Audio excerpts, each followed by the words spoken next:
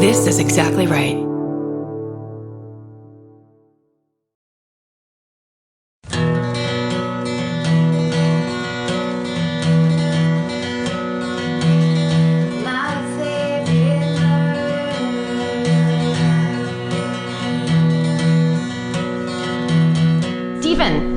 If you have to be like a fucking on the street reporter when we're being so interesting. Always be recording. ABR. Everyone knows this. Always be recording with us. If we're going to talk about Gerard Depardieu, we need everyone to hear it in the world. Breaking news, America. Gerard Depardieu admits to drinking 14 bottles of wine a day. God damn. Dude. His teeth must be more stained than mine. I mean, not stained. They're falling out. I mean, perhaps, but he's so drunk he doesn't give a fuck. I think that's how much Andre the Giant would drink. That's right. And do you know that? And like, yeah, he'd eat like 12 chickens and drink like 17 six-packs of beer. I wish Vince were going to ask him, because that's what he would actually do. And when Vince always hated red wine, and then he found out that Andre the Giant loved Bordeaux. No, I'm sorry. He loved Beaujolais wine. So we tracked it down, and like now we drink Beaujolais wine because Andre the Giant drank it. You know that I love Giants, right? No. That's wait, like, what? It's one of my jams. I had never even thought of that as a thing. Yeah, I'm obsessed. Oh, welcome. This is My Favorite Murder, the podcast. I want to start at I'm obsessed with Giants, because the rest of it was all bullshit. I mean, was it, or was it some of the best podcasting we've ever done? That anyone's ever done. Breaking ground, America. Robert Wadlow was in the Guinness Book of World Records. And if you are a child of the late 70s, early 80s like myself, before there was the internet, before there were cell phones and smartphones, before there really even was that much TV, we just had 4 channels, you did things like sit in your aunt's living room and read the Guinness Book of World Records. Did that so hard. Right? Fuck yeah. Fat twins on motorcycles. Longest nails in the world. Nails. Longest hair. Giants. I love Giants. I had no idea. Robert Wadlow was in the Guinness Book of World Records. He's the tallest man. I think the tallest man from America. Yeah. He was, I was going to say 7'12". And this is My Favorite Murder podcast. Hello, now you know it's really us. That was like the pin number of proving that it's us by me saying Robert Wadlow was 7'12". Did I ever tell you my bra story about when I was in elementary school? No. I'm like, I've had flattest chest forever. Right? You were in the Guinness Book? Yes. As a matter of fact, it was kiddie porn. It was just a photo. No, but when I was little, I had like no boobies, like most kids do, but like 6th grade when girls start to get their boobies. And so everyone was sitting around talking about like what bra size they have now. And someone was like, I have a 34A and I have a this and that. And I went, well, I have a 35A. And they were like, that's not I was so embarrassing. Yeah. You were just trying to compete. I was just trying to get in there. Be there. Yeah. Yes. When you just look at anyways.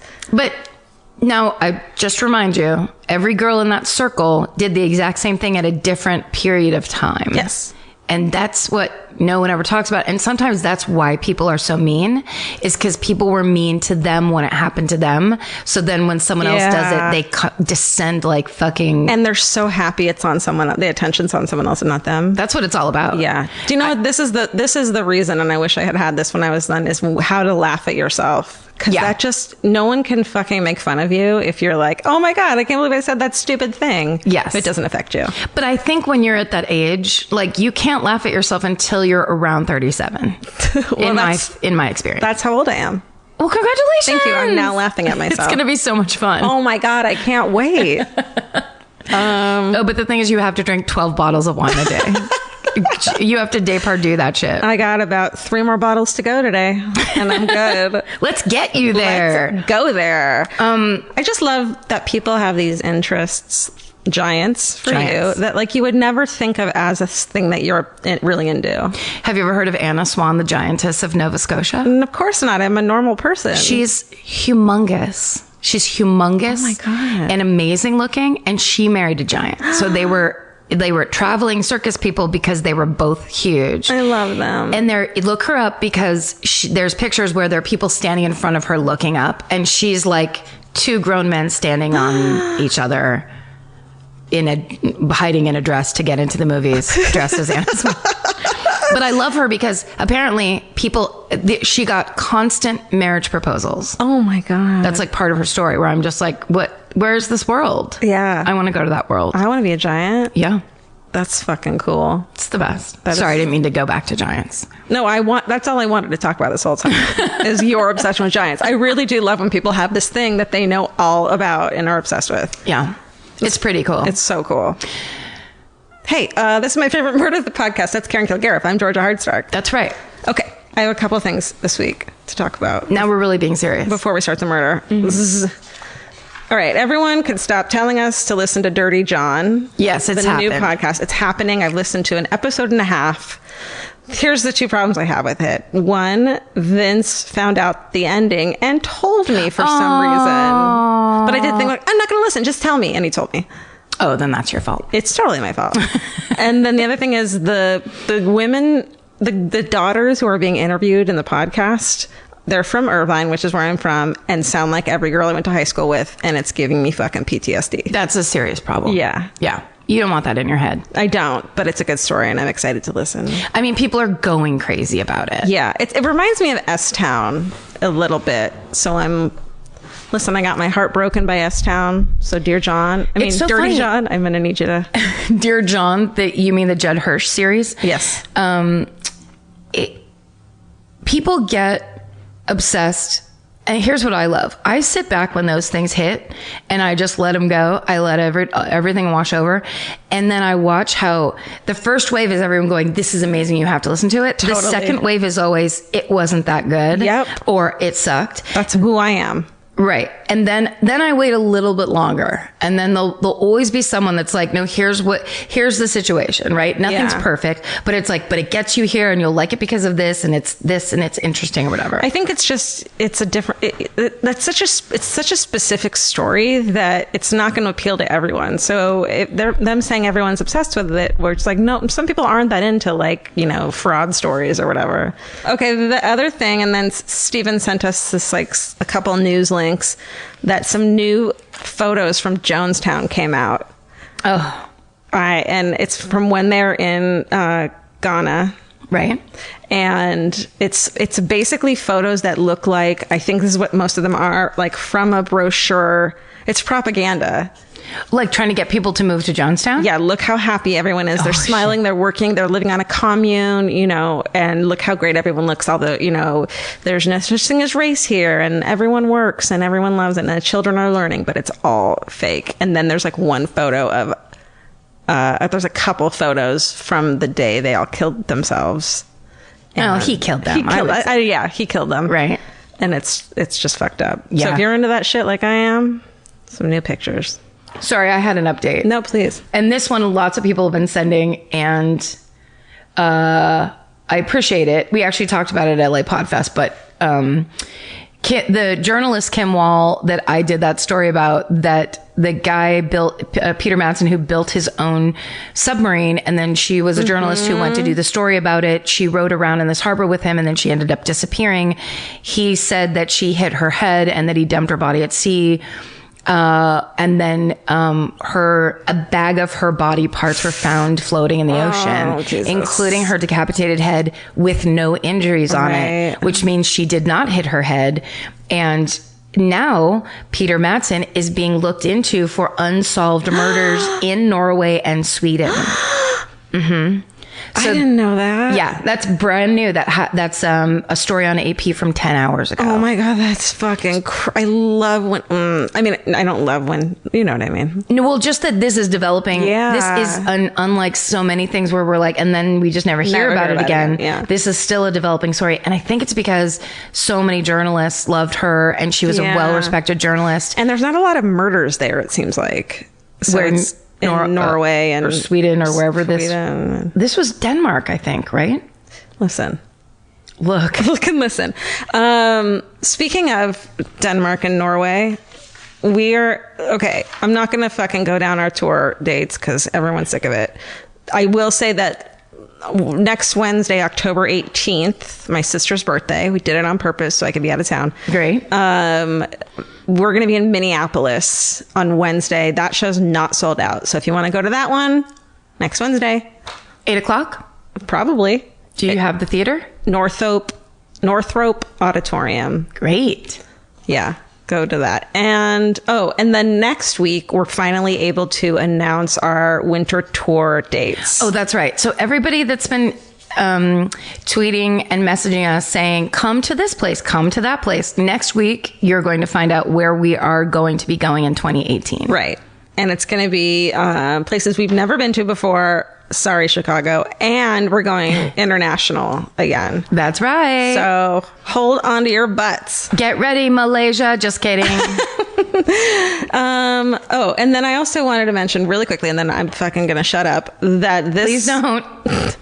The 13th, what's that? This Friday?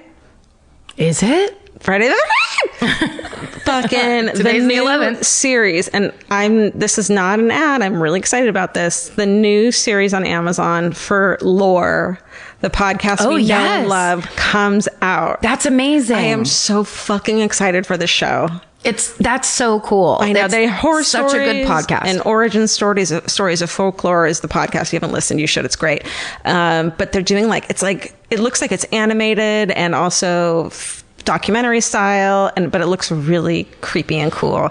And I think episode 2 is about the dude who was like the king of lobotomies in the 50s, the one who the ice picked people and cut his fucking sleeves off of his, what's it called? Sleeveless fucking scrubs. Yeah. You douche. Yes. Yeah. I'm excited. That's amazing. So they basically go into and talk about, it's like the NPR version of... It's like a visual episode of Lore. Right. But in a really cool way. I'm fucking excited about that. I remember when they announced that they were making that show. Yeah, it was like a while ago. It's so exciting. Turns out shows take a while to make. I had no idea. They do. I'm really excited about that. Fuck yeah, podcasts. That's very cool. Yeah. Similarly, there's another show that's out. It's on Cinemax. It's Mike Judge's Tales from the Tour Bus. Mm-hmm. And this is completely off of any topic of true crime or anything. This is purely a joyous thing Mike Judge is making. And it is people who toured, worked for, had anything to do with country singers of the past, telling stories about working with them. So the first issue... On the road. Yes, exactly. Well, just in general. Yeah. The first episode is Johnny Paycheck, who is the guy that wrote Take This Job and Shove It. Oh, yeah. And it's amazing. The guy he was a lunatic. It's animated for the most part with old footage as well. Yeah, yes, exactly. So they'll show you pictures of the album covers and some real things, but then most of it is animation, and it's all these band members, hairdressers, relatives. It's so great. Telling stories. So far they've done Johnny Paycheck, George Jones, and Tammy Wynette, and Jerry Lee Lewis, which is crazy. Fucking married his child cousin. That's right. She was 14. She's on it. She talks on it. Shut up. Yeah. I need to watch that. It's like she's in her 60s now. I just remember as a kid, Great Balls of Fire, that movie about the biopic movie. Sure. It's not a thing. I loved it. We went and saw it at the movie theater. It was so great. It was so much fun. I loved it.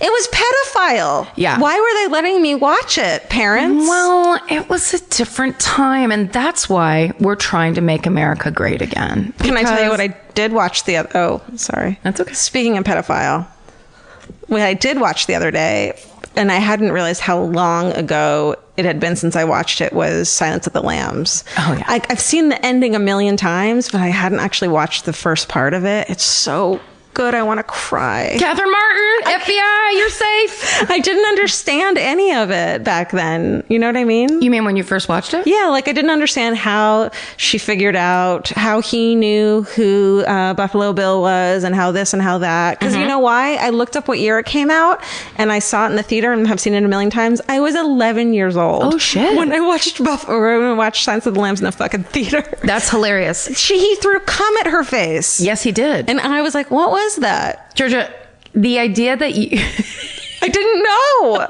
How could they let me watch that? No wonder I have a fucking true crime obsession. It's true. That's so funny because you were 11 watching that down in Irvine. I was 21 in Sacramento. Aww, and kindred spirits. We watched it at the Tower Theater, and I remember this thing rolling out in front of me, and I had already read the book. And I was watching it. Every second of it, I was just like, this is the best movie ever. This is the best movie ever. Like, I was losing my mind. So happy. It was my Star Wars. Amelie was my Star Wars, I think. Because I was like a hipster 19-year-old. Like, I love her. I want to be her. That movie's amazing. That movie holds up. Oh, for sure. Love so it. Charming. Okay. Yeah, Silence of the Lambs. Thanks, Mom and Dad. You've ruined me. Now, look at me. I'm the best. I pick loving myself over photos. Do it. I'm trying. It's just doesn't matter. I had a really good day of loving myself up until I opened Twitter and saw this picture where I'm like, am I in denial that I'm going bald and just not seeing it? What the fuck happened? And then I'm like, oh, that's right. It's my gray roots. Yeah. Fuck everything. It. Fuck everything. Fuck it. Fuck the world. Yeah. Fuck it. I mean, look. Listen. My friend Molly said on the phone the other day. She was like, I mean, the bomb's going to drop, right? Oh, so yeah. let's do this thing. She was talking about like, I was flirting with a barista or something like that. And then I was just like, oh my God, you're so right. Yeah, nothing matters. We're on a clock here, people. Nothing matters, but water is currency. Water is currency. Let's have some peak experiences before things go to shit. You know what I mean? Peak experiences sound like something someone on their way to Burning Man would say. Totally. We're about to have a peak experience. Yeah. Let's try to get out there every day. And if your peak experience is drinking 9 bottles of wine, do it. My peak experience is staying at home and chilling out and watching. I paid. Oh my God. Okay, last thing. I swear to God. Vince was gone all week out of town. So I was like going to be my fucking natural self, which turns out the most disgusting person. Like the sheets had been taken off before we left. And I didn't ever put sheets on my bed. Oh. I just slept on the random sheets I threw on top of. So you were kind of squatting in your own house. I was squatting. I'm gross. It was terrible. And then one night I was like, I'm staying home and drinking whiskey and I want to watch Cold Case Files. And then I get a text from Vince saying, you're watching Cold Case Files? And I realized it was because I had just spent $20 on season 1 of Cold Case Files on our Amazon. And it's under his name. And so it emailed him to let him know that his wife just spent $20 to watch season 1 of Cold Case Files. Of a show that probably, if you put it into your DVR, it would bring up 29 episodes. If you go to YouTube, it's like, here's everything for free. And you're like, no, I'm going to pay premium. No, I want Bill Curtis to have that money. I think he needs more brown leather jackets, and I'm going to be the one that buys them for him. You know what? I owe him. He has narrated our lives. He's narrated my life. He has brought a somber and reasonable attitude Very to reasonable. some terrible murders and crimes. Yep. And he's been there for us. Thank you, Bill. And he let us know that justice was right around the corner. Oh my God, I love Cold Case Files. Okay. Was he the host of Cold Case Files? You know what's weird? Danny Glover was originally the host. No. What the fuck? Excuse me. Swear to God, except fact check that, Stephen. Like, swear to almost, I think. But it's going to be some actor that's like super similar, but I can never remember who's whom. Yes. Who's whom, though? You do remember to say whom. I mean, I'm not that stupid. I should say this. The Northern California wildfires are intense and crazy, and huge swaths of where I grew up is burning down right now. Oh my God. If you have spare money and are looking to give it, and there's 1 million places to give it these days, Puerto Rico obviously is in dire need, but also there are people in Northern California who literally have nothing right now. So I'm obsessed with those photos, which is terrible, but in a fucking... The comparative ones of the neighborhood and then the neighborhood's it's just gone. like the thought of your house being turned to fucking ash. Yeah, and those people, the people that it's like there's a neighborhood slightly north of the main city of Santa Rosa, but Santa Rosa is the next city up from Petaluma. That's where we used to go to the mall to get clothes for school. You had to go to the next city up. And the neighborhood, it's like a little bit north of the main city. The people were woken up at 1:30 in the morning with people just saying run. They didn't get any kind of emergency. Like, it was just panic, grab whatever you could and run out of your house as like the flames were coming. Do you ever think about, like, aside from pets, obviously, what you would grab? Yeah. It's pictures, I think, mostly. Like my computer. That's the good thing is my sister started packing tonight just in case, because there's still more fires and everybody now just wants to be ready. But we were like, everything's on the computer. Like pictures are now on computers. Like I there's love a this couple house, old but things. like, I mean, I love my shit, but it's all just tchotchkes. It's all. That's what I said to my sister. I go, we can replace anything in your house. Grab anything that's irreplaceable if you can. Yeah. I guess there's a photo album. I don't know. Whatever. Yeah. You guys stay safe. Yeah. Oh, look at Steven. What you got, Steven? Oh, nice. Oh, hello, Redwood Credit Union. They have a North Bay Relief Fund. 100% of donations go to fire victims. Wow. It's basically if you go onto the website of the Redwood Credit Union and then go on to North Bay Fire Relief, they have its own separate page. And then there's just a donate button. Nice. And that's so awesome because it's, that Redwood Credit Union has been in Northern California since I can remember. And all of your money goes to the relief. That's beautiful. So that's awesome. That's so cool. Thanks, Steven. That's great. Are you first or am I first? I think it's you. Steven? I think it's me too. Yeah, because you. Oh, yeah. Yeah. Are we counting that? Yeah. We're counting what happens to us. We're counting what we decide. Yeah, exactly. And I'm going to go first. All right. Have a peak experience with this one. All right. It's October. Everyone's favorite month. It's fucking Halloween time. Listen, let's do this. It's like you're giving me a sales pitch in a voice that says I'm not interested in working with you. Well, I did this murder because I wanted to do it, and then I realized I could fucking tag it on to the fact that it's Halloween time. Oh yeah. But it's very loose. Okay. So I'm not married to it. You know what I mean? Got it.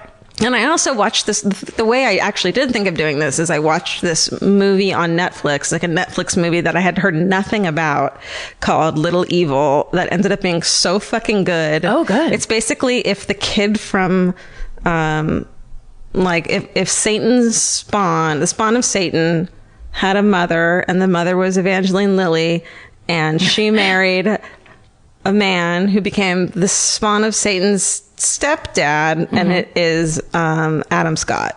Oh. And it's so charming and so cute and funny. I don't know how this just like went under the radar. And Bridget Everett is like his sidekick. Wow. It's such a charming movie. So it's like comedy? It's a dark comedy. That's awesome. It's so good. So please go watch it. And then I thought, oh, that's fun. So here is, here's the story, the real story behind the Amityville Horror. Yes. You ready for this? Okay. Just really quick, and I know I've said this 1,000 times, the hardback book of the Amityville Horror, so it's shaped like a paperback, but it had a hard white cover, was the book in my grammar school library that I checked out so many times Sister Rita Rose got mad at me. I forgot that it was that book, and now I feel like I've stolen a murder from you. You have not? Okay. And I celebrate this, and I'm thrilled. Okay. I want to tell baby Karen, little Karen, about this story.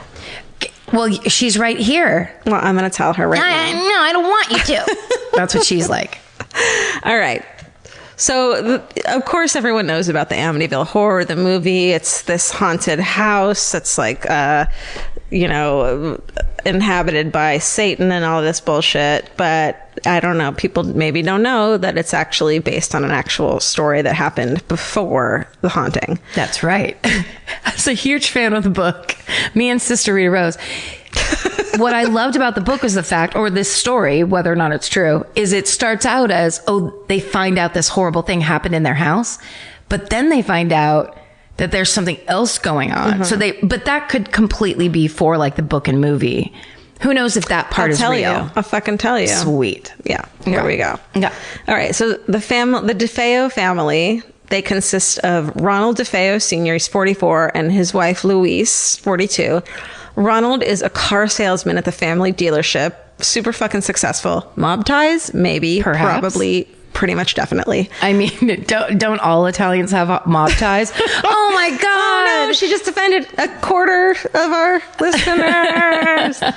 How dare you? So the random fucking car dealership is doing so well in Brooklyn that the DeFeo family is able to move from their apartment in Brooklyn to a 3-story colonial in the charming town of Amityville on Long Island, about an hour outside of the city.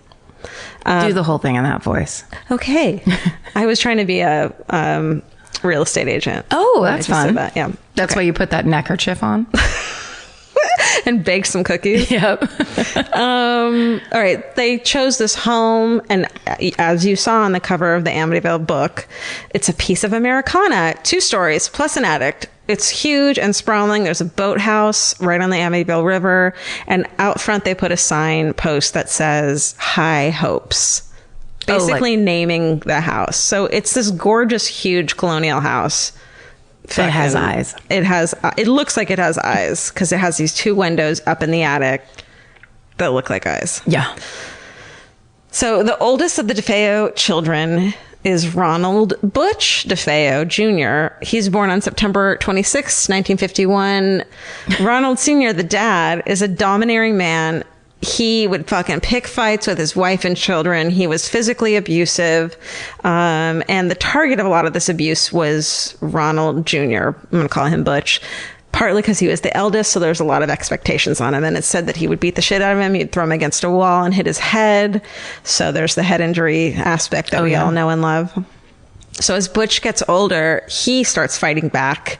And he's also known as a bully at school. He's just like angry, mean kid. Bullies get bullied. Bullies are bullies because they've been bullied. Exactly. So the parents, they try to take him to Butch to a psychiatrist. He fucking refuses to go. Oh. And so instead they're like, let's just appease and placate him. And they start buying him anything he wanted and giving him money. Like that's their solution.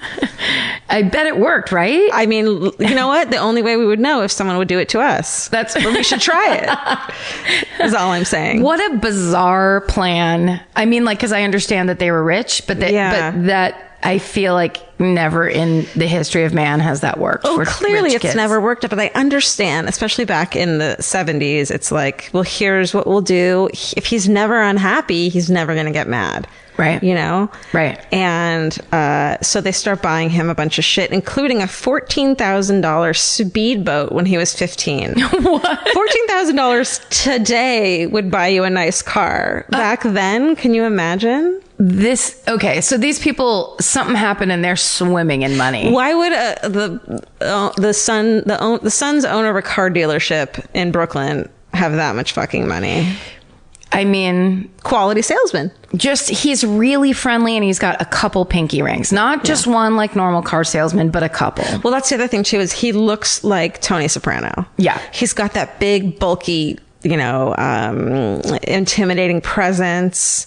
He's kind of, he speaks like a Long Islander would, which I will refuse to do. Hey, the Parkway's over by my pocketbook. It's a lot of that kind of shit. Why is there a Parkway by his pocketbook? Those are the 2 words that remind me of Long Island. Because my friend Vicky, I used to work with my friend Vicky, who is from Long Island. And those are the first 2 things I heard her say on one of the first days that we worked at Ellen together, where I was like, where are you from? There's no such thing as a Parkway out here. Yeah. And pocketbooks, wallets. Stop it. Calm down. She also used to always say food shopping. I'm going to go food shopping. Where I'm like, that's just shopping. I don't care. You have to specify. Yeah. No, we get it. It doesn't matter. I just got my food shopping done. How about you? I just went shopping for food. How about you don't tell me about your fucking errands? Yeah. Just kidding. How about we all do it? Listen. I love you, Vicky. Italians, Vicky, and Long Islanders. Vicky Ernst. Apologies in advance. Boop, boop, boop. Bah. Okay. Of course, not surprisingly, it only made things worse. And by 17, Butch had become an LSD and heroin user. Oh. Which is like heroin in the 70s. Crazy, right? That's when it was really organic. It was just a gorgeous golden brown. It was like a pure trip. It was what the Native Americans did around that area. It was like a peace pipe, but with heroin injected into your arm. I do feel like, though, people were so naive about drugs in the 70s. My friend Jerry had a story about doing, I think they called it window pane, which is that intense acid from the 70s. No. Where she said they were tripping for days. No. And every day they saw the whole world in a different color. So the first day it was red and the second day was purple. And I was kind of cool, but I don't want that. It makes me sick to my stomach. No, I was thinking that too. It's just won't ever end. Yeah. And that was just because they walked home from school and a guy was like, hey, do you want to buy this acid? Oh, he loved it. He loved making them trip that hard. Oh, fuck that. Crazy. Okay. I ate crayons as a joke once when I was on LSD. Let's not talk about it. My friend and I were like, let's chew these crayons up and see what happens when we spit them out. I bet it'll be really pretty. Oh my God, cut this immediately. Was it pretty? It was gorgeous. I wore a vinyl dress to my own Christmas party, and I was answering the door and people were like, are you okay? And then I realized it was because I was so cold my lips were blue, but I was like, this outfit is amazing. I look like I'm from space. Hosting a party on acid, not a good idea. Never, ever. Don't do drugs. Okay. Don't do drugs, everybody. Expelled from school as well. So at 18, he's expelled from school, and they're like, you know what? You know what'll fix him? Let's give him a job at the family car dealership. Yes. Let's do that. There it is. Let's not give him a lot of responsibilities, and let's give him a large salary. Boom. Sorry, you're reading me the Donald Trump story? What's happening? Ooh, political. You better be careful. I liked them till they got political. My fucking mom. Okay, so he's the boss's son, asshole that's coming in on a full salary but doesn't have to do anything. The boss's son, and then the boss's grandson. Oh. And he's just like, pay me, motherfuckers. How about you pay me? And he looks, and he's probably the original Brooklyn hipster. He looks like this Brooklyn hipster. Sideburns? What more do you need? Sideburns, beard, like 70s garb, but it's because it's in the 70s. Right. You know what I mean? It's not just like fucking bedbug used outfits from a thrift store. Right. It's the real deal. It is real. So, okay. He uses the money, the salary he makes, to buy guns, alcohol, and drugs, and continues his shitty behavior, which included run-ins with the law, blah, blah, blah. Okay, once during a fight between his mom and dad were fighting, meaning the dad was like fucking bullying the mom. Butch points a 12-gauge shotgun at his father and pulls the trigger. The gun malfunctioned and didn't fucking shoot. Oh my God. So this guy's out of his mind. So in the weeks before the murder, this thing happened where it's 1974. Butch is given the job of depositing more than 20 grand from the car dealership to the bank. They're like, go to the bank, deposit this. Use your boat. Use your boat. Which is like, why are you giving this kid that money? And not surprisingly, he reports that he had been robbed at gunpoint while he was waiting at a red light, but he had actually planned the mock robbery. And at first the dad seemed to believe it, but when the police showed up to question him, which is like, stick with your story, bro, he fucking loses his shit and is super pissed off and refuses to cooperate. And then so his dad realizes something isn't right, and he thinks his son was up to it. And Butch threatens to kill him.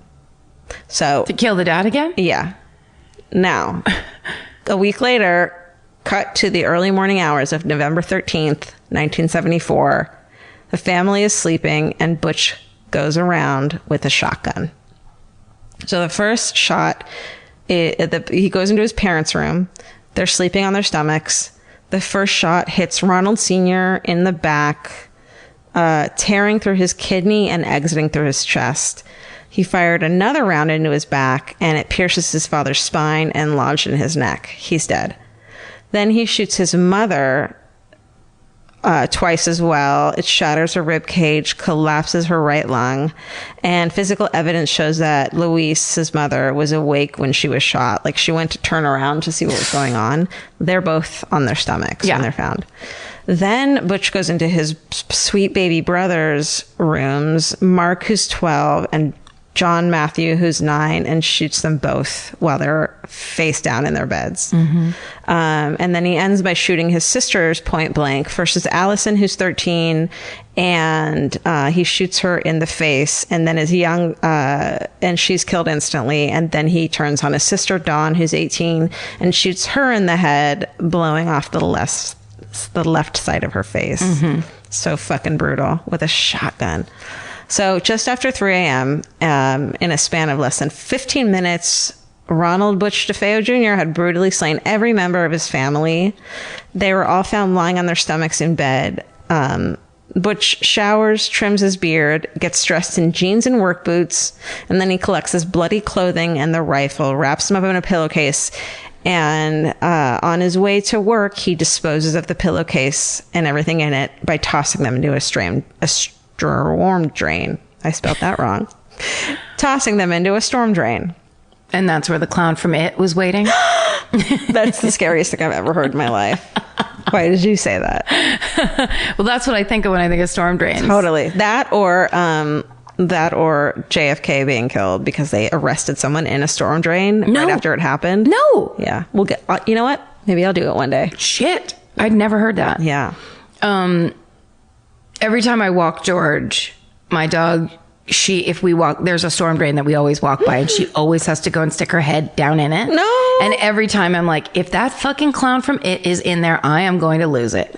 She's going to get her head chomped off. By what? A clown. She loves it in there.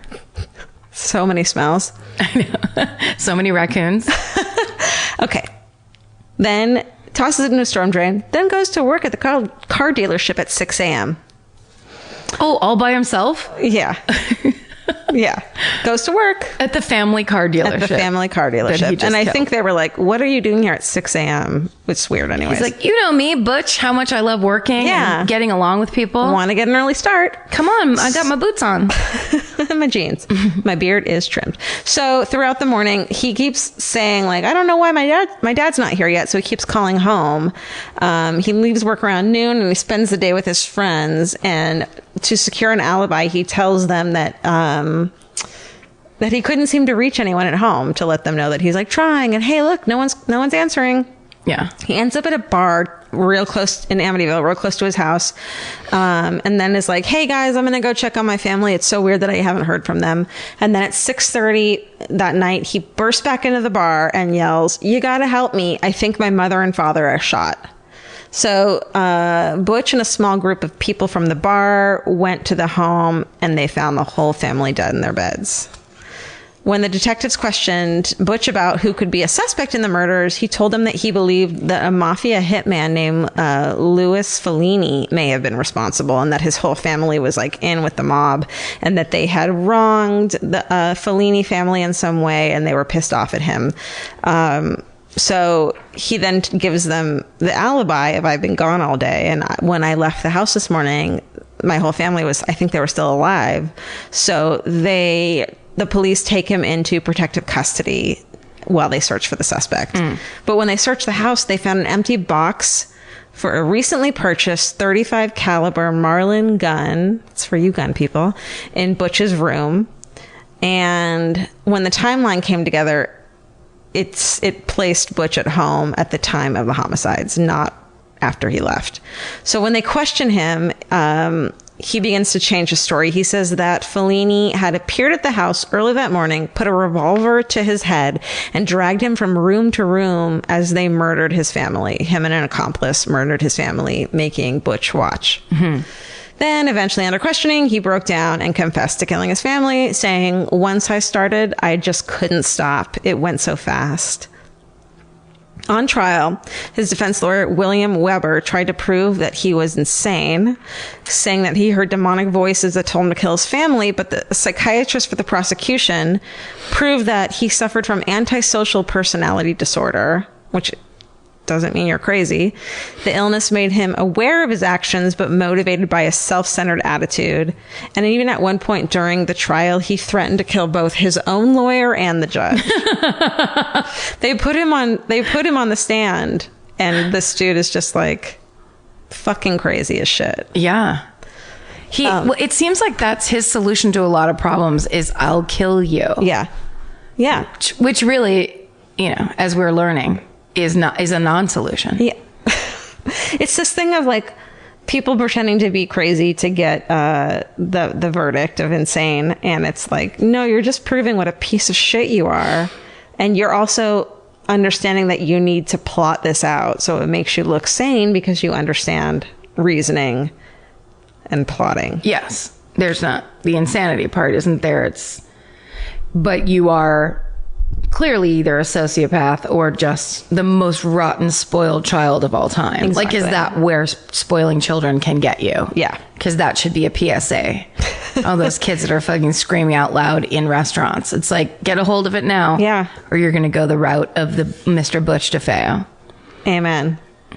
Or at least something close. And or you're just annoying everyone else around you. Mm-hmm. And like, I'm trying to eat in peace. Yeah. Just no screaming. How about the rule of no screaming? No screaming. And if your child is screaming, take them outside. Or how about you glare at your child? No one wants you to hit them. No. But how about a good icy... My father used to stop us in our tracks with the look on his face. Oh my God. Like you've gone too far. Well, also he was very large and intimidating. So I'm sure he only had to look at us. But we'd be like, ugh. And you just like, ugh. Go sit exactly where you were. This is not going well. Stop right now. Yeah. I love it. So on November 21st, 1975, the jury finds Butch guilty on 6 counts of second-degree murder. He's sentenced to 6 consecutive life sentences. But all these questions, and this is like one of the reasons why this murder is still big to this day and people still debate it when it's clear that this fucking crazy dude on acid and heroin who was a piece of shit, narcissistic asshole, just killed his entire family. There are things that are weird that make people question what really happened and think that it didn't happen that way. So one of them, which I totally understand and want to know the answers to, is how did he shoot 6 people in 4 different rooms without any of them waking up or trying to escape? Yep. And they're all on their stomachs when they're shot. So no one turned over to be like, what the fuck was that? Like they were drugged? Well, that's what I thought too. Okay. No drugs in any of their systems. Really? Period. Oh. Yeah. And no neighbors heard the rifle blasts at all. And this is a fucking rifle. Yeah. The defense experts conducted an experiment on the Marlin rifle and found that its rapport. It's spelled report, guys. It's just a report. Its noise was so loud that it could be heard almost a mile away. It's a rifle. Yeah. So how did none of the neighbors hear it? And you can see photos. They weren't that far away, the neighbors. They were like literally next door. I mean, he must have done... then did he put rum in something? I mean, like, he must have affected them in some way, right? But how did the neighbors not hear it either? Oh, like silencer. No, nothing. No. There's no silencer. There's no drugs in the system. Alcohol, I doubt it either. Well, but I mean, could there be a silencer that they didn't find? I don't know. Yes. I'm putting it out there. I'm going to say yes. I'm putting it out there. Even though I don't know. Rifle silencer. It's probably Satan. Could be Satan. Yeah. It is weird everybody's sleeping on their stomachs. Yeah, that's weird. Why isn't one person sleeping on their side? Right? Like a that's normal human being. Or did he, there's the obvious answer to me is that he went from room to room and was like, stay down, there's someone in the house. And like warned them that like, don't move. I'm going to protect you. Maybe. But then why wouldn't the dad get up? And then why wouldn't the neighbors hear the shots? The dad first. He went and killed the dad and the mom, went into the kids' room and was like, you guys stay in here. Something's happening. Ooh, that's fucked. Okay. Yeah. But why'd stay on your stomach? Stay on your stomach because I'm weird. You know what else? He could have walked in the room and they were sitting up and he said, lay down on your stomach and then shot them because he didn't want to see their faces when he killed them. True. But he shot one of his sisters in the face. He did. Maybe he was particularly hateful of that sister. maybe. It is a thing that they fought a lot too. Dawn, the older sister who was 18. Well, but then there's also the theory. Oh, sorry. Are you doing more theories? Which one are you going to do? The theory that Dawn was his co-conspirator and she shot people. Let's go to that one. Okay. Let's go to the tapes. So it wasn't until years later, though, that Ronnie changed his story again while he was in prison and said that his sister Dawn was involved in the murders. Now, listen, Ronnie makes up so many stories that they're all bullshit. Yeah. They're all bullshit, but here they are. That she had actually planned the murders with him to kill their parents after they had a huge fight with them. But they had no plans to kill the siblings. And then, so she went to kill the parents, and when Ronnie found out that Dawn had also killed the kids, he was so pissed off, she had wanted to eliminate them as witnesses, that he wrestled the gun from her and shot her in the head himself. So the only person he was guilty of killing was this murderer, his sister. I mean, that sounds like absolute bullshit. Abso-fucking-lutely. Okay. Yeah. I mean, it sucks that we can't get any information about what their home life was really like from anyone but DeFeo and secondhand, boyfriends and friends saying what it was like. But from all their accounts, it wasn't good. Yeah. So who knows? And then it was reported during the original police investigation that traces of gunpowder were found on Dawn's nightgown, indicating that she may have fired a weapon. But I guess it's also proven that if someone shoots you at close range, you can get that as well. Yeah. Then he claims that his sister Dawn shot his father, then says their mother, distraught over that, shot Dawn and her 3 youngest kids, so that Dawn killed the dad, the mother killed Dawn and the other 3 youngest children, then shot herself. And then when Butch found out, he flies into a rage and fired 1 bullet at his wounded mother, who had just shot himself. So the only person he shot was it's just.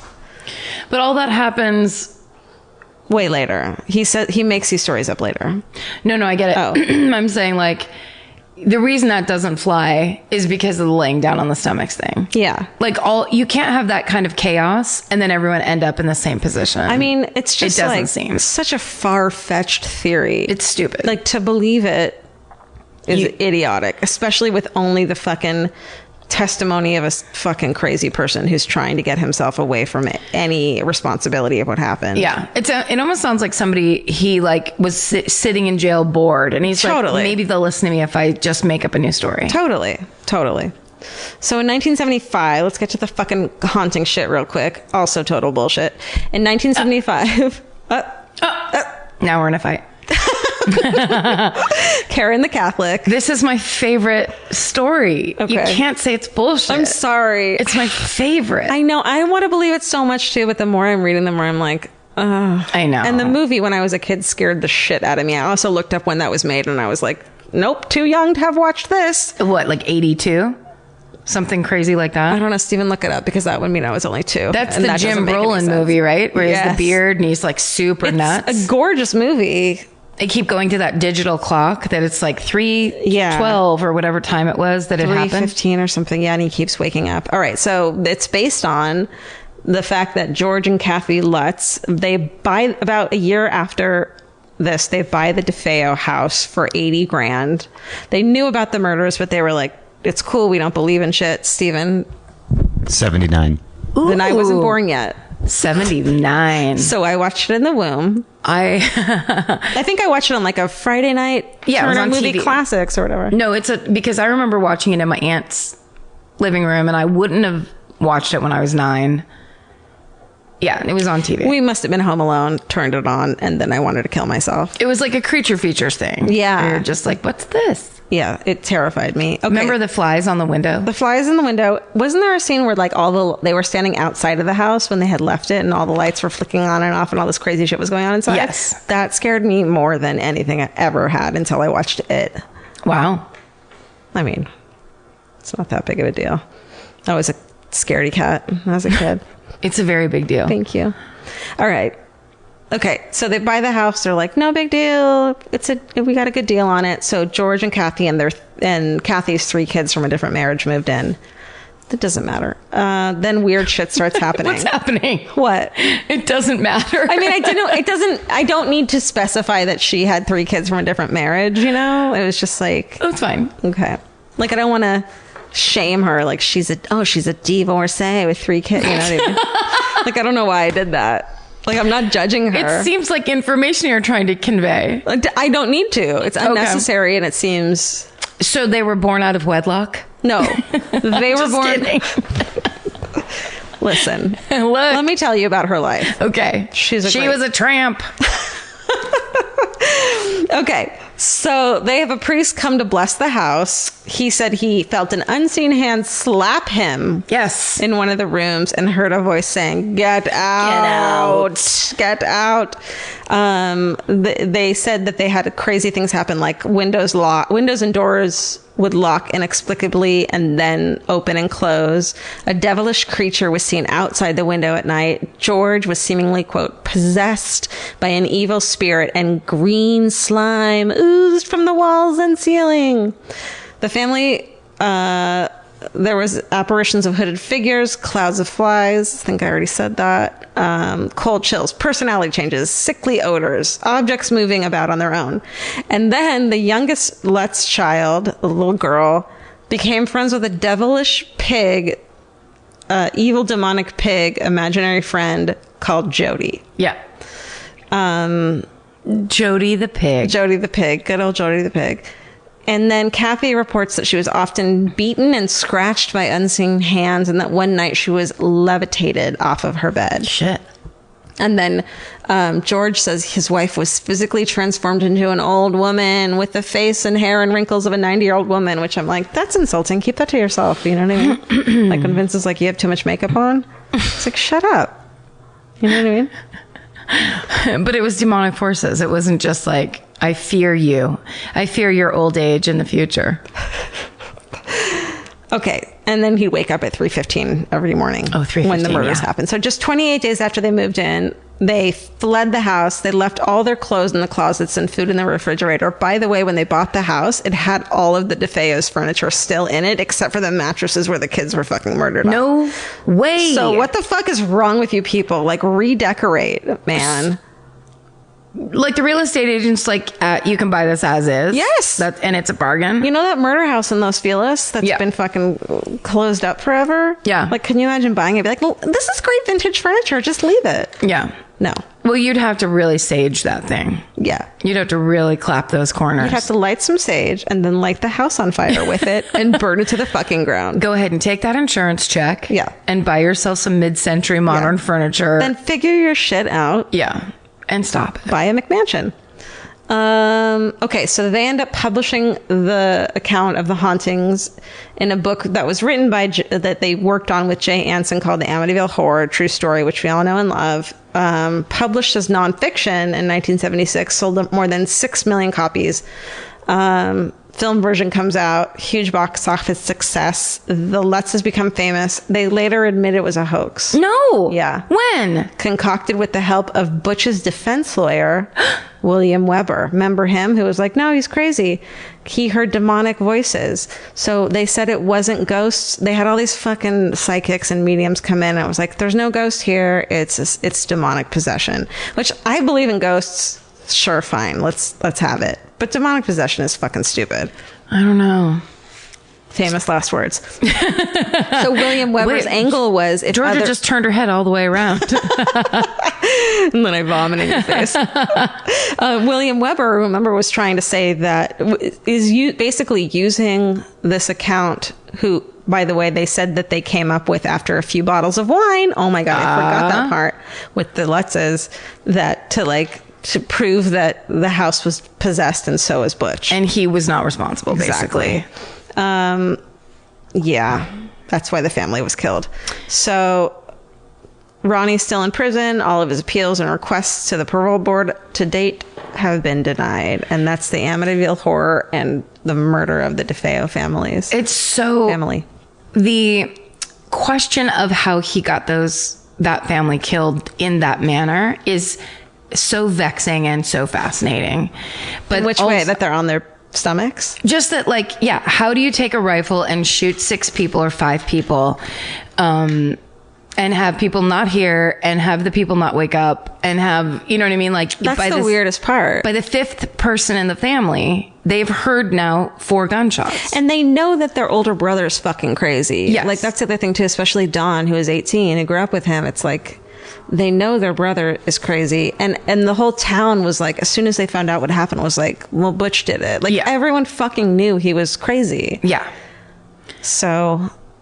But in the Amityville Horror book, they talk about this red room that's in the basement. Yes. And how it's filled with evil and all this stuff. And I was so fascinated by this.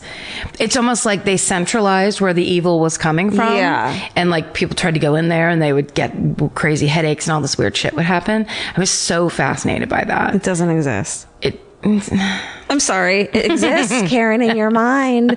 Karen, it exists in your heart and soul. It's fine. I feel like at the heart of every story like that is I know. People want to go like, oh my God, the devil has been here and there's flies on this sewing room window. But at the end of the day, the truth of it is a spoiled asshole drug addict killed his family, which is the thing people can't face because it's not a monster. And it's a real person. How could someone kill children? Right. who had nothing to do Totally with innocent. any of this. It's like, So you'd rather be like, the devil did it. Exactly. Yeah. Yeah. It's easier. Yeah. Oh, Honey, I'm sorry. oh, what a story. I love it. I can't believe I didn't do that. I know. It's so I can't funny. believe I can't believe I did. It didn't even cross my mind that was the story. I don't know why I was thinking of The Omen as that story.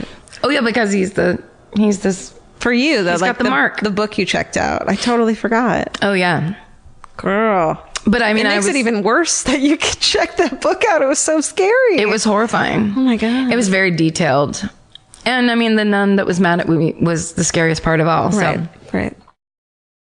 I did my usual thing where I was watching on Tuesday. I was watching true crime shows all day, and then I'm like, well, I didn't do anything today, so I better pick one of these, an episode of one of these things, and do my murder from one of these shows that I just watched. Great. And actually, a ton of people told me this, and I knew it, but I didn't realize they were saying. So there's a show called Murder Maps on Netflix, and it's basically all these murders that have taken place in London, or I think England generally, but mostly London. Okay. And most of them are really old, and it's such a good show. And the guy that's the narrator host, I think his name is Nicholas Day, is so dramatic and awesome, and it's just great.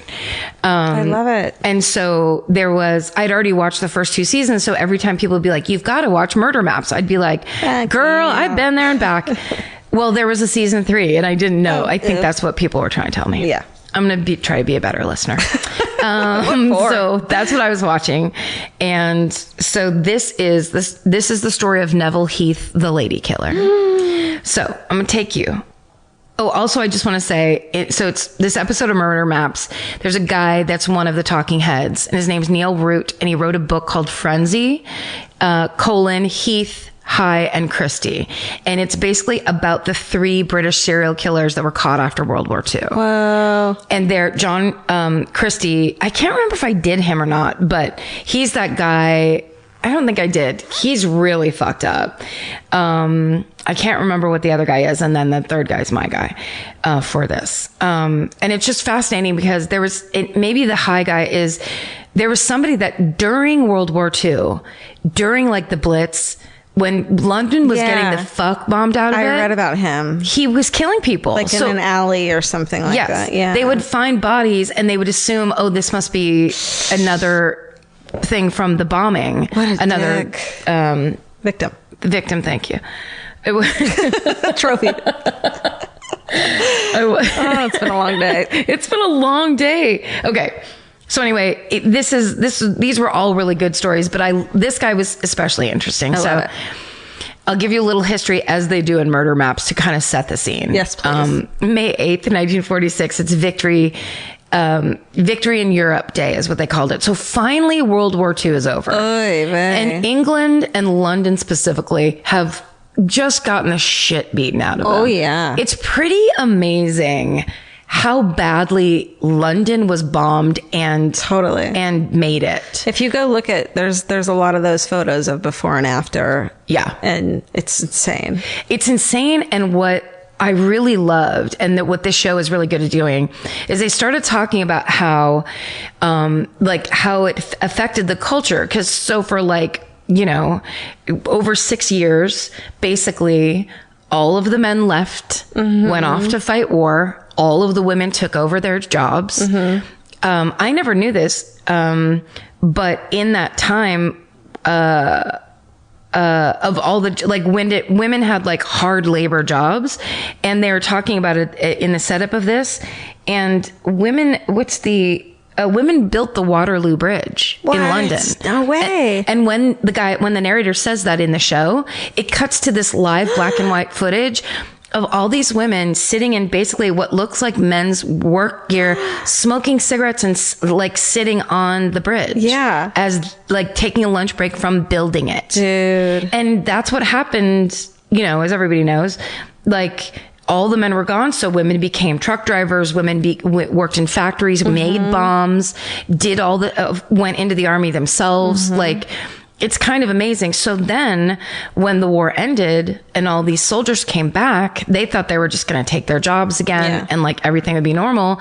But this culture shift had changed that was so radical where women were like, well, fuck you. We had to do it out of necessity. And now we're like, we can do it. And also, why didn't you tell us pants were so comfortable? Yeah. How dare you keep pants from us for this long? Only the horse ladies got pants? That's bullshit. So I think that part is very exciting where it was like a woman's movement purely by necessity where it's the whole we can do it thing where it's like, not only can you do it, you're fully going to do it. And then you're going to want to keep doing it. Even though men are back and they're like, no, I work at the factory. And they're like, get the fuck out of here, buddy. They didn't do that. But it was a hard, of course, soldiers had a hard time reacclimating in all ways, but then especially culturally, because this was a world that they didn't live in before they left. Where women were just like, yeah, I'll take care of it. And they're traumatized. I mean, they'd seen horrible things and everyone was desensitized. Now that they had all lived through, those who lived through this horrible time in life, they said that because, like true crime and crime has always been huge, especially in England and in, I don't know if it's Georgian England, in like early 1800s England, it was really popular. But after World War II, people who had watched their neighbors be blown up by bombs or lost their brothers and husbands and, boyfriends in the war, they'd all become incredibly desensitized. So people didn't shy away or like death and murder were not taboo anymore. They were very interested in it because now it was like, it's not happening to me. That makes sense. So they're finally like, oh, I can read a story where it's not me with the bullet coming at me. It's like this happened to somebody and it's else. Not in the fucking battlefield and all this. Exactly. It's like almost a bigger relief. Right. So that's kind of like the world they live in. One of the people, and also this is just an interesting aside, and they had video of these guys. The true crime reporters of the time from all of those major newspapers in London, they themselves became famous because the stories they reported were getting so popular. Wow. They called them the murder gang. And they were like the crime reporter from the Sun, the crime reporter from the, whatever all those newspapers are. It was kind of the beginning of British tabloid reporting, and these true crime guys were like big time. The true crime gang. The murder gang. Oh, that's what I meant. Yes. I could feel that. So they were kind of like local stars. One of the guys that came back at this time was a man named Neville Heath. Now, he was not although he was very good looking. He kind of looks like the actor Patrick Wilson. You know, that guy? He's like blonde, kind of wavy hair, cleft chin. He was in like Little Children. He was in, he was in all the Conjuring movies. He plays he's great. This guy looks like that guy. He is a tall, beautiful, blonde man who had gone off and was in, he had, joined the RAF in 1937 when he was still a teenager, but he had, he came from like a nice middle class family, always had problems with criminal behavior, always petty theft, doing little things here and there. When the war effort started, he was like, I want to be a pilot. And so he joined the RAF, but then he stole funds from the mess hall. No. And he ended up going AWOL because he didn't want to face it. And, he kind of slowly developed into a con man because he could talk his way out of anything. He got people people kind of fell in love with him all the time. Blonde people with fucking chin clefts. A blonde with a chin cleft, and like I bet you he had a very deep, soothing voice. Yeah. Like he was one of those people that just like never didn't have a good thing to say. Watch out for those guys. Watch it. He also, so he was doing all kinds of, he was, eventually caught from going AWOL by trying to apply for credit by fraud. So he was using all these aliases. Yeah. He sounds like James Bond, kind of. Yeah, like a bad guy James Bond. Yeah. Okay, like one of a James Bond villain. Yes. In the making. But good looking. Were there any James Bond villains that were good looking? Male? I don't fucking know. That's a different podcast. It's called James And Bonding. Demographic, yeah. He called himself Major Rupert Brooke. He called himself Lord Dudley. Of course he did. Gay. So he was trying to apply for credit under these false names, got caught. That's how he got arrested. He went to a borstal, which is, it's a jail, but I don't know why that's different than a normal jail. They just feed you shittier food, probably. I think so. That's what it is. It sounds like they send you to Russia. It sounds like there's like hay on the ground in your cell. Oh, that's a horse stall you're thinking of. Wait, why don't I click this live link and tell you that a borstal is a type of youth detention center. So he was so young, he was going to a youth detention center. We knew that. Right. I knew that. Don't act like I didn't know that, Georgia. Listen, we were testing you guys, you listeners. But here's the problem. He flourished in jail. Man. Here's a psychopath test. He's a full-on psychopath. Did you flourish in jail? He flourished in jail. The governor of the jail, they're called the governor, but he's basically like the warden of the boys' jail. Kept giving him leadership duties and eventually supported his application for the Air Force in 1939. He sounds like he could have been a really successful person if he had just not been a dick. If he hadn't been a cheater, pumpkin eater. Happy Halloween, everybody. We are on theme. This is a themed episode. We are not evergreen. We are of the moment. He tried to re-enlist in the Air Force when the governor supported his application. The Air Force was like, no thanks, criminal. Well, you tried this already, pal, and you get that one shot. Yeah. He joined the Royal Service Corps, and he was stationed in the Middle East. And over there, he did all his same business. Like, he had to keep doing it. The second he got there, he pretended to be a man. Oh, no, I'm sorry. When in the Middle East, he got court-martialed. He basically got court-martialed, was sent home in disgrace. And on the boat ride home, he jumped off the boat. The boat docked in South Africa. He got off and bailed. And escaped, essentially. And then started calling himself Captain Selway in South Africa. And Captain Selway, fun so far. I mean, yeah, he had a good time with it. He had a limp and a monocle as Captain Selway. And our guy Neil Root was like, he was just an actor. Like, he got super into these roles and he became the people. Dude, he's an adventurer. Until he kills people. So let's see, I lost my spot. Beep boop. That's when you say doo doo dot. It really helps. I can't steal your bit. No, it's not. Dot, that computer wise gets me down to my spot. It helps. It really helps. Thanks, Stephen. He joins the South African Air Force under the name Lieutenant Colonel James Armstrong. Okay.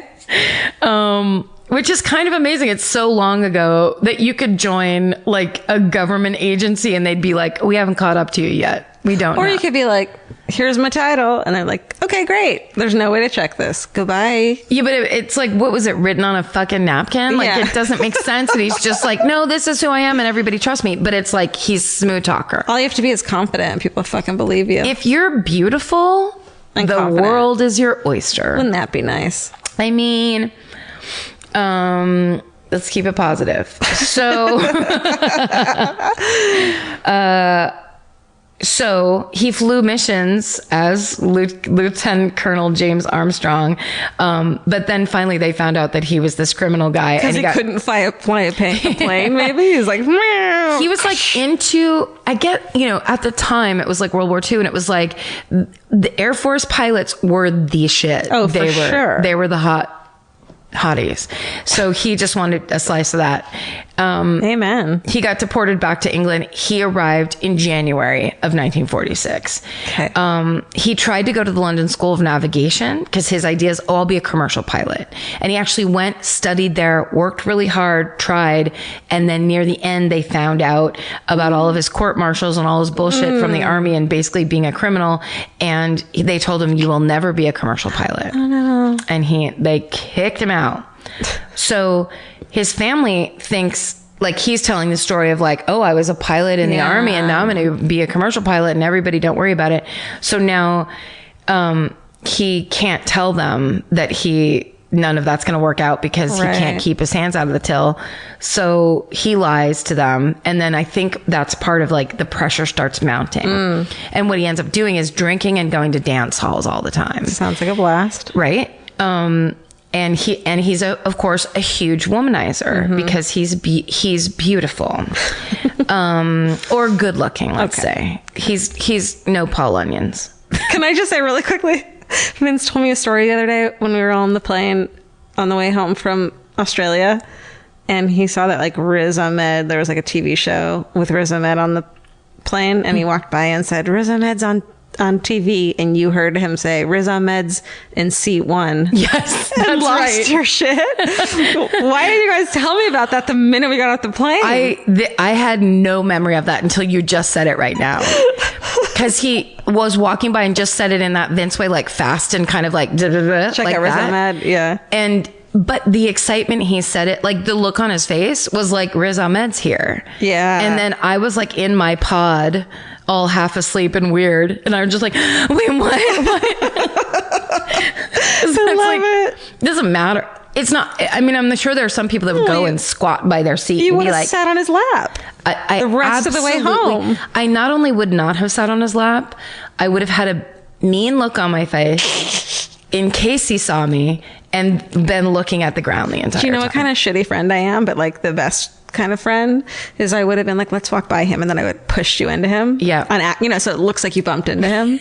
You're the perfect wingman. I am such the wingman. Because you're going to work against all of my serious problems, which is the best way to flirt is to act like you're angry and walk away.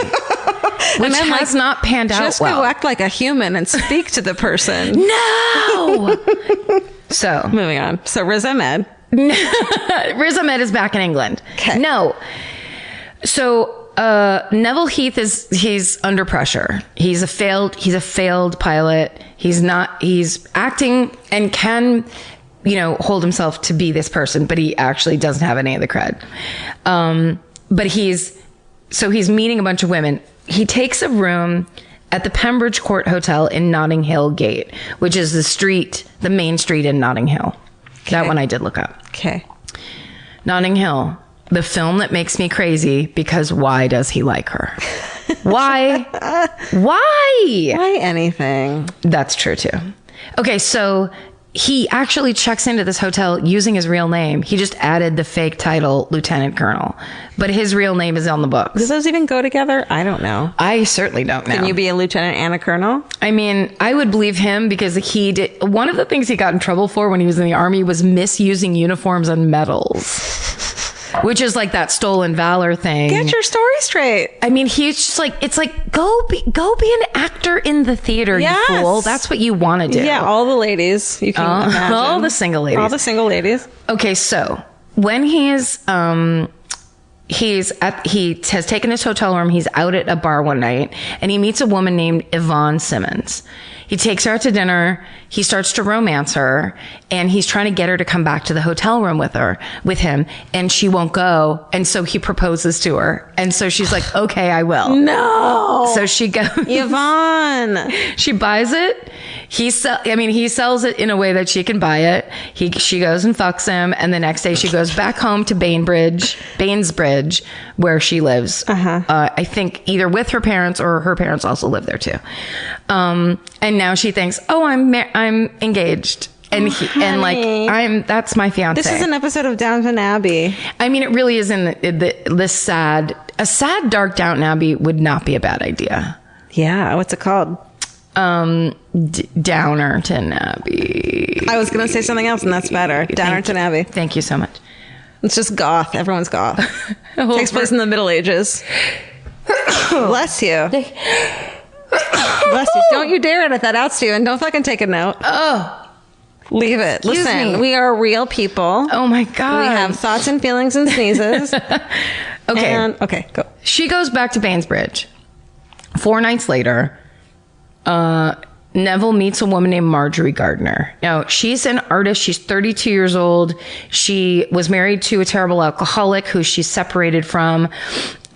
She's from a middle-class family, but she has led what they call a bohemian lifestyle. Good for her. Yes, exactly, right? She wears pants. Exactly. She grew her hair long and put a scarf in it.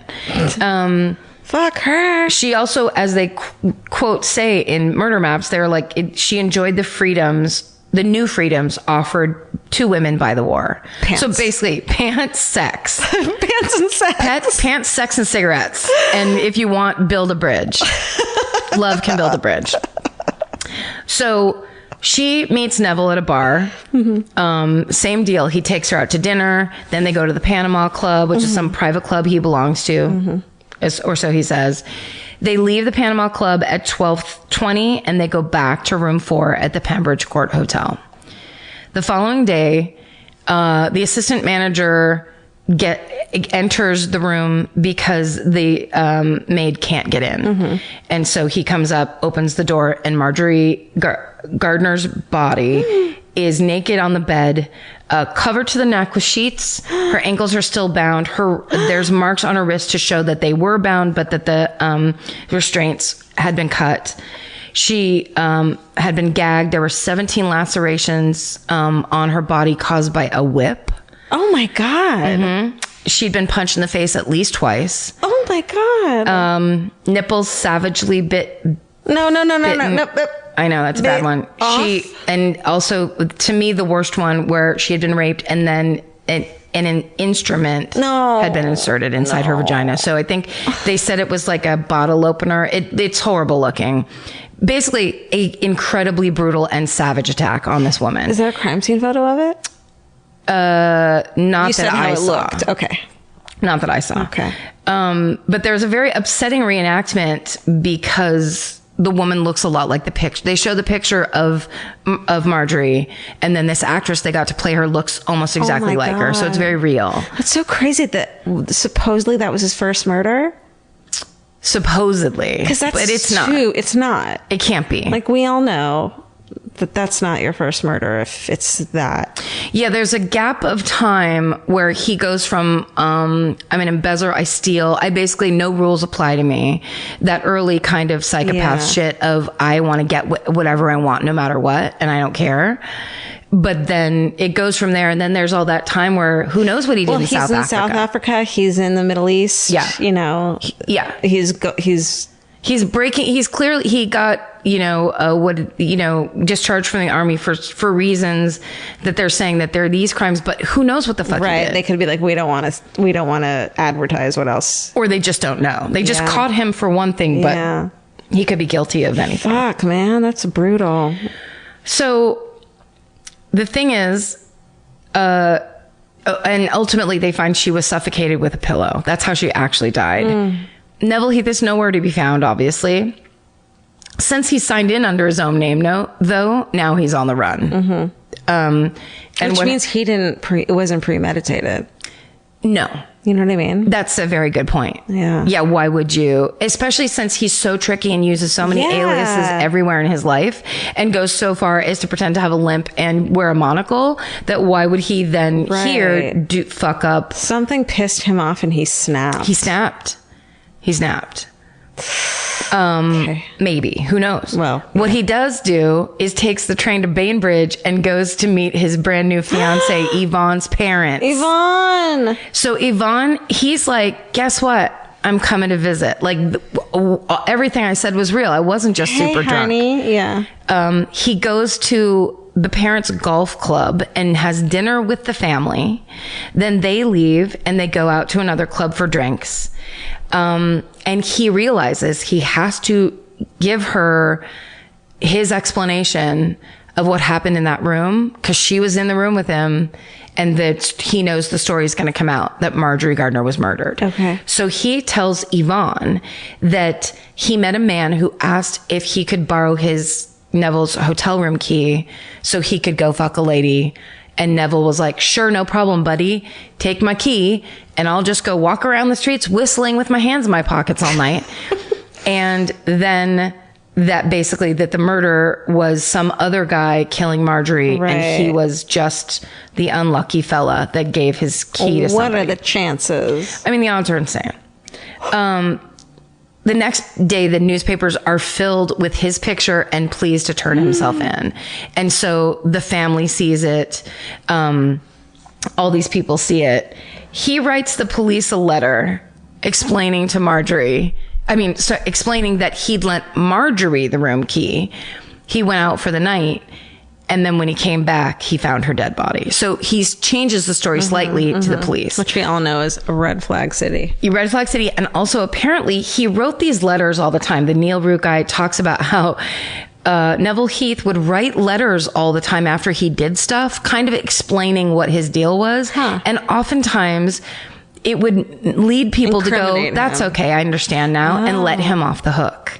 That's how he got out of things. And one of the theories is he had been doing these things for so long and getting away with it that he kind of thought he was untouchable, and he didn't ever believe, he thought everyone would always believe him because they always did. Because people want to believe pretty people. People believe pretty people over fucking not pretty people. Absolutely. You get away with shit and people fucking get charmed by you. It's charm. It's that thing of when a certain type of person looks at you and presents a thing. Yeah. Like there are people who just know the power of their own face or their own voice or their own deal. Well, they don't know. That's just what they're used to in life. You know? They think everyone gets treated like that and everyone can do this thing. Right. It's quite a combination of like when you have a psychopath that's good looking, like, you know, all doors are open. You fucked. Hello, the devil.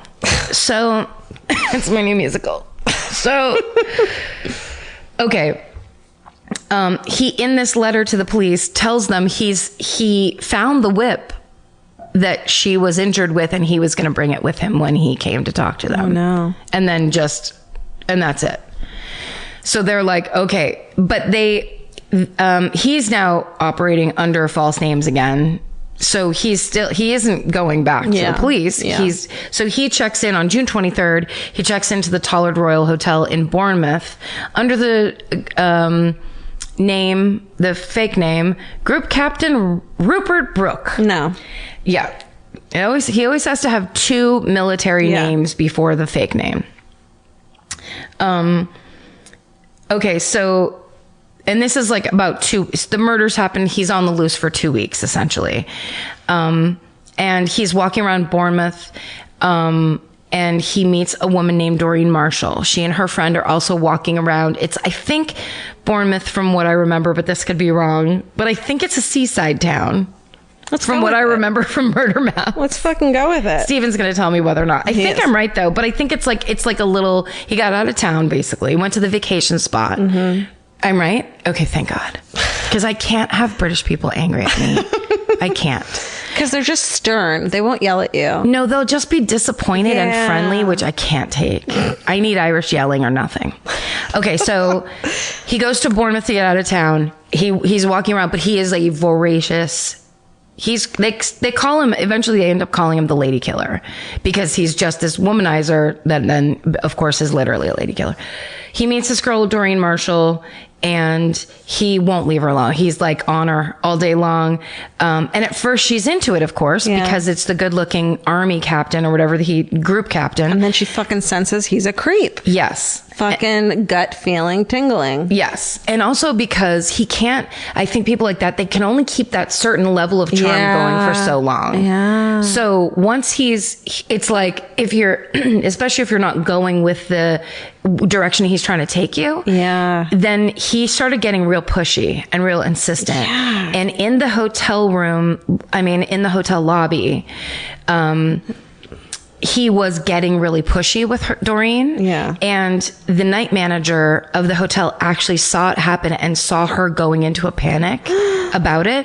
And that night manager was the last person to see her alive. Oh, no. So he saw some kind of weird exchange between the two of them. Noticed it. It how was weird enough to notice. Yeah. How unhappy she was, and made a note of it. So the next day, the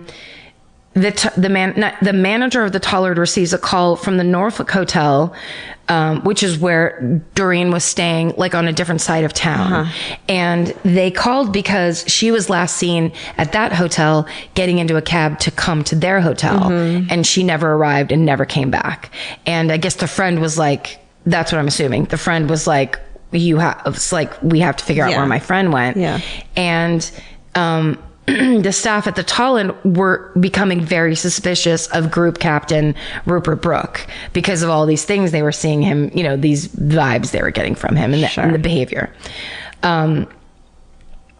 So finally the police, meanwhile, putting all these things together, put together that Neville Heath and Rupert Brooke are the same person. Mm-hmm. And so he said he was from some like Air Force base in a place. It's a city in London. No. It's like Leicester. Okay. But I think it's Leicester. When have you ever cared? I know, but suddenly I'm holding my hair about it. I know you are really troubled. It's because it's probably Leicester. Leicester. Yeah, that's probably what it is. That's probably what it is. Yeah. Oh, they're so mad. I can hear the tea spilling across this ocean right now. We'll cancel our trip. We'll cancel our shows there that we're not. That's a secret reveal. Ooh, deep. That was what do they call those? A deep cut? No, a spoiler. Easter egg. Yes, an Easter egg. God damn it. Okay. The police, it's the thing I said of coming back into, the police realized Neville Heath and Rupert Brooks are the same person. And Rupert Brooks, sorry. And so they also find in his room a train ticket for Doreen Marshall, the whip with hair on it that was then traced to... What's up with the whip? Marjorie Gardner. I know, that's fucked. That's like a really specific weird thing. Yes. And it's very like South African, I'm in the Air Force. Yeah. I'm wearing jodhpurs. I have a whip. I have a pith helmet. Right. But you had to have it on you. You know what I mean? So like, you didn't just grab something and hit the person with it. You like had your whip. Yes. And like, this is what you were into. Right, which also then goes like, did he snap or was this a build? What did he, or the thing of like, he brought it out and she wasn't into it and so he attacked her. It's like, no, he got off on and Marjorie was tied up. So like, was it fun times tied up? And oh, look, I have a whip? Or was it like, and then it all goes bad? Sure. Ugh. Oh, okay. Honey. So, a waitress walking her dog sees a strange swarm of flies down near the beach. So then later on, when she sees the story of Marjorie Gardner's death in the paper, she grabs her dad and goes back down to that part of the beach to check out what the swarm of flies are. And there, Doreen Marshall's body is found, nude, arms tied behind her back, stabbed to death. That chick was a vintage murderino. She was the ridge murderino. Because she had to make that connection where she was like, I'm sure there was a weird smell too, if there was a swarm of flies. But she kind of saw still be something. Like, it's a bird or whatever the fuck. That's right. But she was like, let's make sure. And he's like... And she's smart enough to not go, I'm going to go make sure by myself. Yeah. She's like... Hey, Dad. Father power. Okay. So what Neville Heath had done when he was out of his hotel room, he went back by climbing up the outside of the hotel, up what they call a builder's ladder on the side of the hotel. And he basically snuck into his own hotel room, probably because he was covered in blood and had shit all over him and a knife and all that stuff because he had murdered Doreen. But he then the next morning told the story in like the lobby with other hotel residents as if it was, I pulled this prank on like the doorman. So he tried to make it, he was basically trying to establish this motive of, I was doing this fun, funny, crazy thing with the doorman. That's what I was doing last night. And that's what you're going to remember. Stupid. So when the police question him, he claims that he blacked out. He has no memory of what happened during that night. He says that he came to on the beach looking at his bloody hands that he washed his hands in the sea and then walked back to the hotel. But what it turned out happened was he took her down to the beach, attacked her, murdered her there. And before he murdered her, he took off all his clothes. Oh. So that when he was, because he knew he would be covered in blood. So when he was done stabbing her to death, he went in, washed himself in the sea, and then came back out and put his clothes on. That's how you know he knew what he was doing. Exactly right. Yeah. Not a snap. Nope. In this situation anyway. Planned. Pre-planned when you're like, I want to murder somebody, but I don't want my clothes to get dirty. Yeah. Fuck you, dude. Yeah. Okay. Absolutely. Fuck you, dude. On September... then he disposed of the knife, the ultimate proof that you're not insane. Sure. September 24th, 1946, the murder trial begins. His lawyers tried to claim insanity. And they did it by revealing his previous crimes and then saying this is a progressive mania that then built to murder. And then the Neil Root guy explains that you have to know what you're doing is wrong to cover it up. And that's the proof that it's not, you can't do, if they can prove you tried to cover it up, then that proves you're not insane. I love that rule. Yeah. Because it applies to so few actual murders. Yes. Yeah. And it's so clear. It's like, it makes so much sense. So he was found guilty and he eventually was hanged for the murders. Holy shit. But up until the end, and this is kind of an amazing like final moment for that show that I loved. Apparently the thing they used to do before they hung you was they gave you a shot of whiskey. Really? Like a glass, you know. It's like they're going to give you dental surgery or they're going to hang you. You're right. So you kind of got like one quick thing before you went. And he said to the hangman, considering the circumstances, you might want to make it a double. Oh my God. Like to the end was this insane, phony lunatic. Because that's the coolest line I've ever heard. I mean, it isn't bad. So I'll say that. Is clearly a charmer. Yeah. The lady killer, Neville Heath.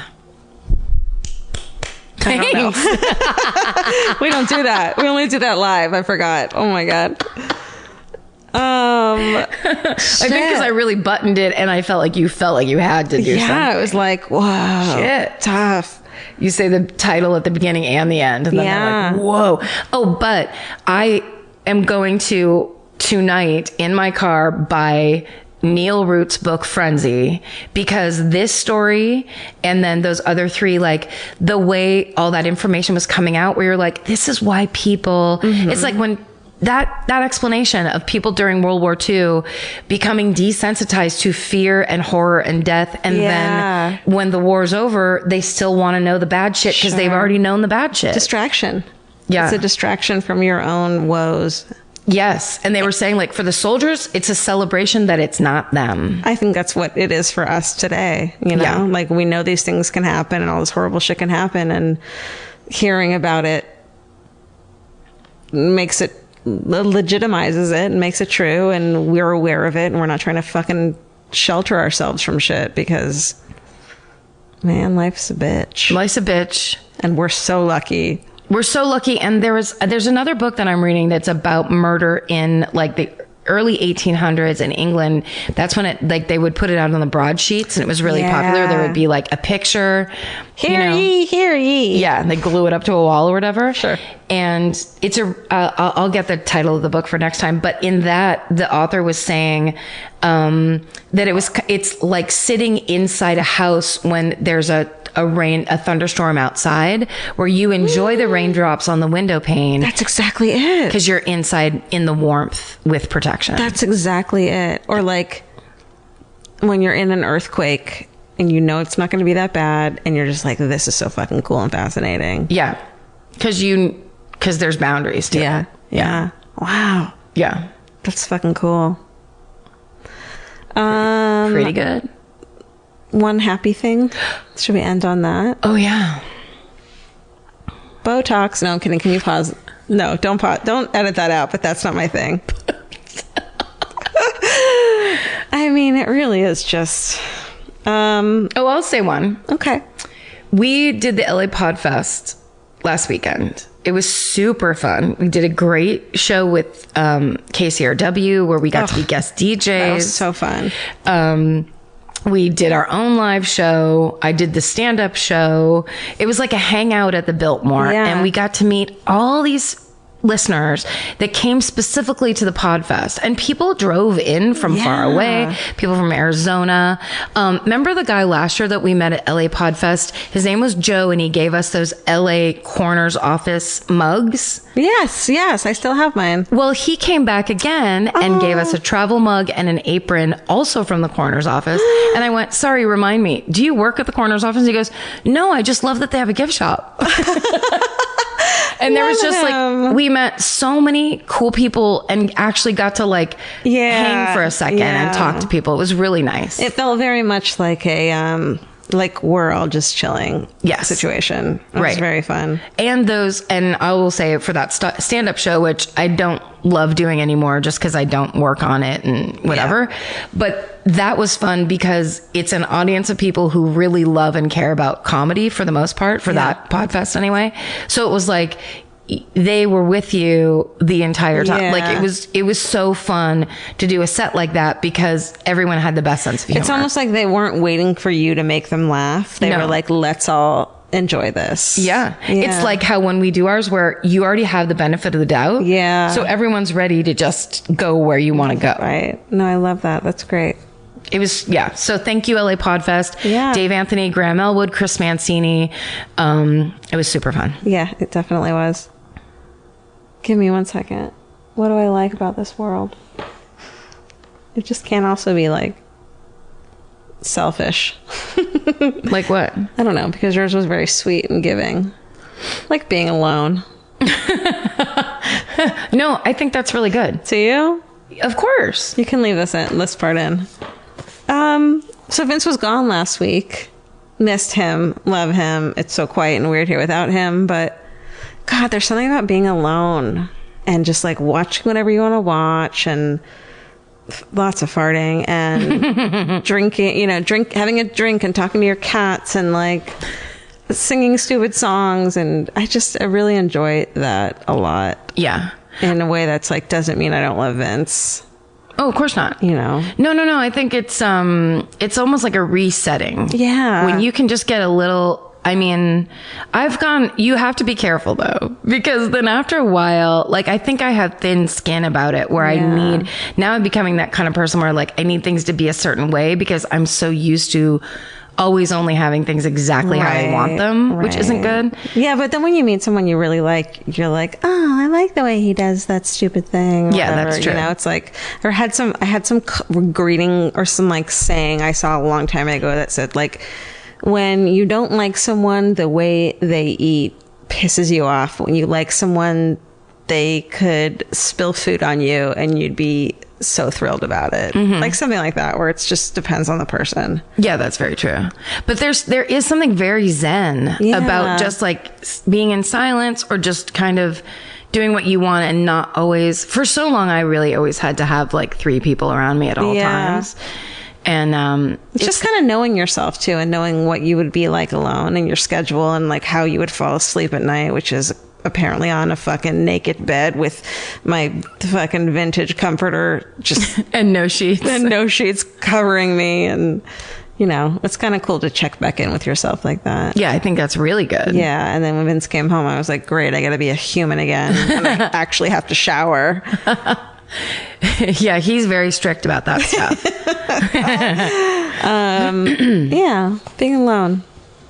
Consider it for a hot second. All right, well, thanks for listening. Stay sexy. And don't get murdered. Bye. Elvis, use your microphone. Elvis, want a cookie? Whoa. The big yes. You just blew doors on that one. Bye. Yeah, we heard you.